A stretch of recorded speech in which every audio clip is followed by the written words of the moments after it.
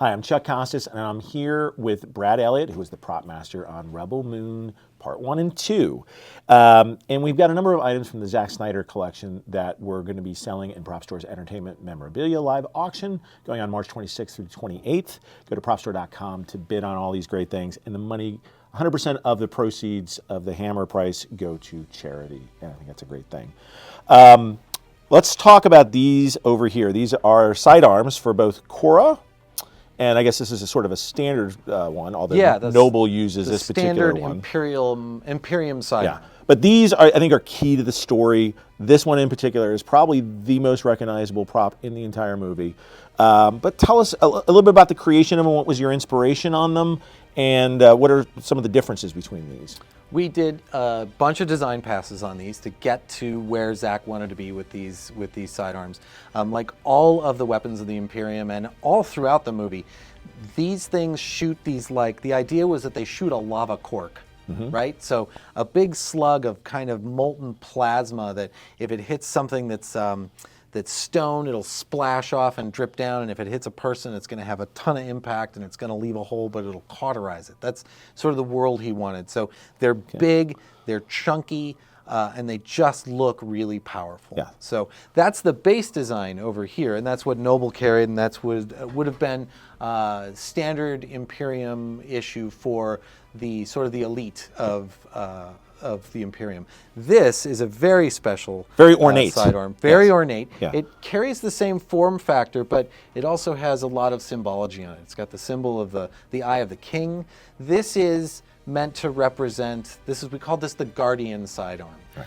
And what this does is, if you are a protector of the king or the king's family, you get issued this sidearm. It's very special, and in fact, this one has some calligraphy that sort of goes towards the story point that Cora is the protector of Princess Issa, and it says, "My life for hers," which of course becomes a little ironic because she ends up following orders and shooting the princess with the very sidearm she was charged to protect her with. The other thing I noticed is the holsters and the sort of the amazing work and details of the holsters. Who made these? Well, I personally made a lot of these holsters. Really? Because we were in a hurry, and Los Angeles and the shops were very busy, and we just couldn't really find the right vendor to use. And also, it was part of the design exploration, is to just kind of get in there with my hands and do it myself. And I just noticed, like, the shape of this, it's very organic. You've got some nice, interesting shapes sort of around this. But how did you actually make these? It's a process called wet forming. Okay. Where you basically get the leather wet, not too wet, so that you can change its shape and push it into a mold master for the wet forming, and that's how you get all these great details which match up perfectly with the sidearm itself. This medallion is the symbol of the king. So that is, if you get a gift from the king, you would get this symbol on whatever that gift is. And this is more of a general issue, so that's not as special. This comes from the king because it protects the king. And these are even the details that are sort of on, I would call them the buttons here. Yeah, the buttons, the snap covers. So this is one of the symbols that Zack came up with. It's the cup. The Jimmies carry these. This is a higher echelon, and it kind of relates to the greater mythology around the Princess Issa. And this is the Death's Head. They are the bringers of doom, and so they've got, that's a great way to put it, they've got the Death's Head button. And then on the table, we've got a number of different coins. And what I think is really cool about these is these are all real metal coins with new intricate designs behind them. Copper, silver, gold. What was the thought process behind these, and what are some of the details that you can point out that people may not notice? It's all about world building with Zack. He wants to create a full, fleshed out world, and money and currency is just a part of that. So this is the Imperium currency. We went through a ton of different designs to come up with something that looked new and different. All the shapes are something that you would probably not see anywhere else, and the symbology throughout the films are all on these coins. In fact, this one symbol, which is kind of a frowny face, winged sort of image, is the crest of the fallen king. It's supposed to represent the martyred king, which is how Belisarius, the regent, takes power. Lot of thought process in this, and I think what's also cool is you can actually win these as part of just registering for the auction. We're giving away one of each of the different coins: a copper, a silver, and a gold. All you have to do is register at propstore.com for the auction, and you're entered to win. Proceeds going to, of course, the American Foundation for Suicide. Yes, and we have a lot of 40, and if you bid on any of the items that we have here from the Zack Snyder collection, it all goes to 100% of the Hammer Price proceeds go to charity. Get some fake money.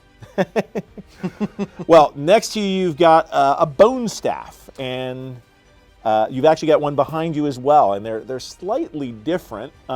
Who used this one and who used that one, and why are they different, Brad? So sort of the mythology behind the bone staff, and this isn't really explicit in the movie, but in conversations with Zack, the idea is that this is the totem of government. It's like the royal scepter in a way. So we start, and the king, played by Cary Elwes, had this, and when he is murdered, the regent Belisarius sort of takes it from him, and that's the symbol of power in the Imperium. It's supposed to be reminiscent of like a mythological bird or creature that is the creation story for the kingdom. And this is thousands and thousands of generations old. So this is an ancient relic that they've passed down time and time again. Yeah, it's kind of like a hip bone, maybe about as tall as I am. Maybe it comes from a bird or a very tall bird. Yes. This piece here is supposed to be representative of that. If that is the king's power, this is the sort of what Noble would carry out into the universe to subjugate different planets and different cultures. It has sort of that relic idea that it has a piece of this bone in it, but it's not entirely the bone. And it's bronze and really good for bashing in the heads of the leaders of the communities that you'd like to take over. And it's got, I noticed that this one obviously doesn't have any designs on it. This one does have that. What was the inspiration for the design? So this is an Imperium calligraphy that the prop department came up with because we wanted this to look really beautiful, and the Imperium font was very, very blocky and a little less elegant. So we came up with a more elegant version of it, and then Zack decided that because we're not just going to throw a bunch of random symbols or etchings onto a thing, this is going to have meaning. This is actually a portion of The Second Coming by Yeats. It's a poem that actually the fans along the way decoded. They figured out what this language was. They figured out that double letters were represented by the blue and the underline, and it's really remarkable. It's smart fans. How these folks put their minds to this and actually decoded our Imperium calligraphy. Amazing. I was always impressed in the amount of thought that goes into the creation of each and every prop that you see. You only see it on screen maybe for a little bit, but there's hours and hours of thought process that goes into it that ties into the storyline, that expands on the storyline. It keeps the world real. This is an amazing piece. This is a tooth frame. That's correct. I think for those that watch the movies, it plays an important part. They carry it around. It gets added to because of these. They end up using these to, let's just say, smash in the heads of some of their opponents, and they add it to the tooth frame. But what was your inspiration for this? Because it's not only at a distance, you can't tell it's actually teeth that are in there, and those aren't real teeth, but they're molded teeth. But talk about the inspiration for even the design of this, and how did you put it together? What type of teeth are in there? Well, Zack wanted to do a tooth frame, so it's very macabre. But we also, because of its royal lineage and its ancient nature, we wanted to make it beautiful. So we have this beautiful pattern with these different teeth. There are boar teeth represented here, cow teeth, because nobody knows what that looks like and it's relatively alien. We have coyote teeth in here, and then we have human molars and human premolars, which are baby teeth. And they all come together with slight color variations and this really beautiful pattern to make this awesome mosaic of the folks he's subjugating. The priests come in with a special pair of pliers, and they pull out a tooth, and they push it into this sort of clay substrate here. Macabre is the word, but also beautiful at the same time. And when I pick it up, it's not, if this was actually real teeth, it might be a little bit heavier. Yes. Talk about the construction of this and why it's not weighing me down when I pick it up. Weight is always an issue. You've got an actor on set that, in this case, the priests in the beautiful red sort of robe outfits that Stephanie Porter designed. This couldn't be, if we were going to do this with actual clay substrate and actually push in individually cast teeth, because these are all molded and cast, and they're cast in a lightweight resin, this could easily be 20 or 30 pounds, which standing on set all day would just be very cumbersome. So we, to take the weight out, this is the only portion where there's actual clay, and then the rest of this is a lightweight casting that then had a lot of paint done. So the mold master itself is this real, and it's beautiful and it's amazing, but it's also really heavy. Yeah, so we took the weight out and the actors were happy. I think this is an amazing piece. It's a conversation piece, to say the least. If you put that on your wall, you can tell the whole history behind it. I always love props that, you know, people may not actually know what they are until they sort of get up close and then they see, hey, are these actual teeth? And then you can give the whole story behind it. But other things that you could put on the wall are these lovely banners as well. Talk a little bit about the design of those. So these are the battle banners of the new Imperium, the Regency, the Belisarius era. Back when the king was still alive, they had a bunch of Jimmies, the tall robots that were voiced by Anthony Hopkins running around. And they had battle standards that they carried. But those were much more ornate, a little less blocky, a little less brutal in their design. This represents the Belisarius era of his regency, and the shapes are a little bit stronger and the contrast is a little bit higher. And we love the age pass on this because it makes it look like these have been through battle and they've come through a war to be where they are.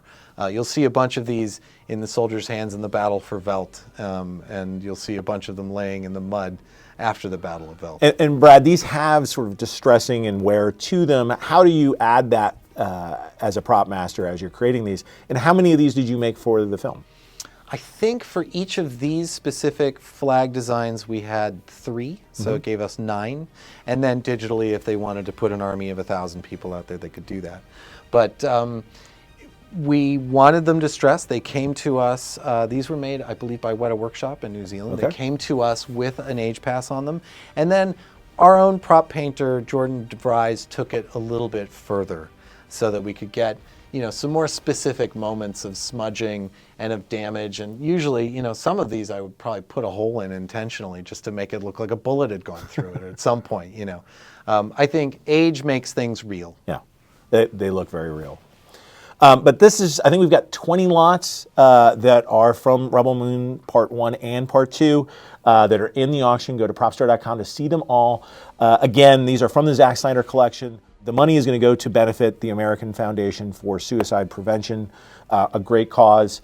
And you know, hope somebody that's a fan of these movies gets to take these great pieces home. We really cherry-picked some of the best things. Brad and I worked together to find what we thought were sort of the most representative pieces from the 2 different films, and we wanted to give them to fans. This is your chance to get them March 26th, 27th, and 28th. Go to propstar.com, take a look at all these, and bid.